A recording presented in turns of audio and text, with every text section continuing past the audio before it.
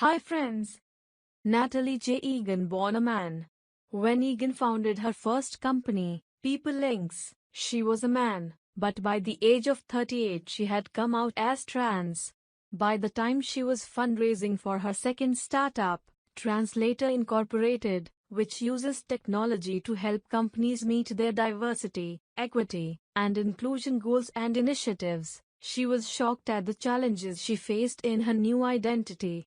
When Egan married, she told her wife she experimented with wearing women's clothing, like underwear or swimsuits, but just a little bit, she says.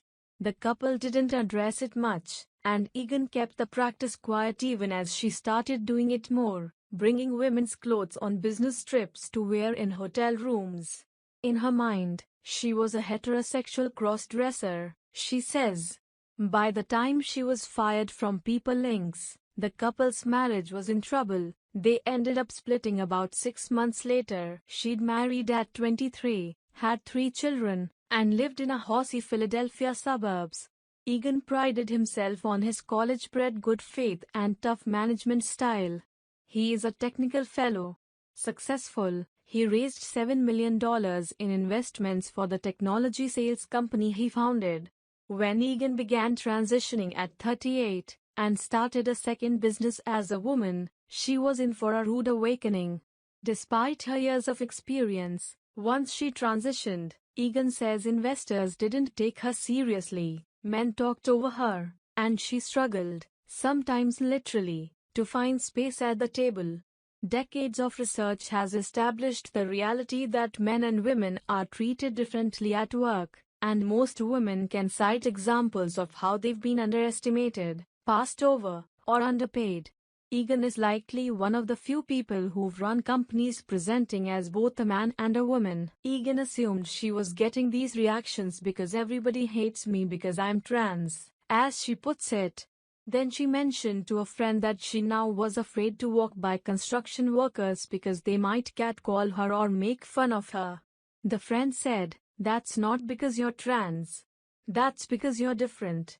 They would do that to anybody who's walking by who's different from them.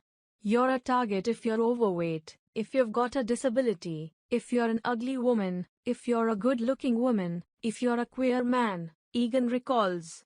With that, in a moment, Egan viewed the world in a different way. That gave Egan the idea for Translator, her current company, technology to help us understand each other, she says. She began by consulting with clients, offering advice on respecting and retaining transgender employees, and quizzing them on what they'd want from a tech product. When one client said its employees are not ready for an app to teach them about other people, "We need an app that will teach our employees about themselves," Egan says. Translator works with diversity, equity, and inclusion and human resources departments at companies like Claire's and Viacom CBS. In most of its offerings, a live facilitator takes employees through digital, anonymous exercises and discussions on topics like privilege. When Egan launched the company, she needed investors to get it to that level. Egan had heard second-time entrepreneurs get backing more easily than novices. "You could say, you lost all your money on PeopleLinx. Why would you back a CEO again?" says Lens of Osage.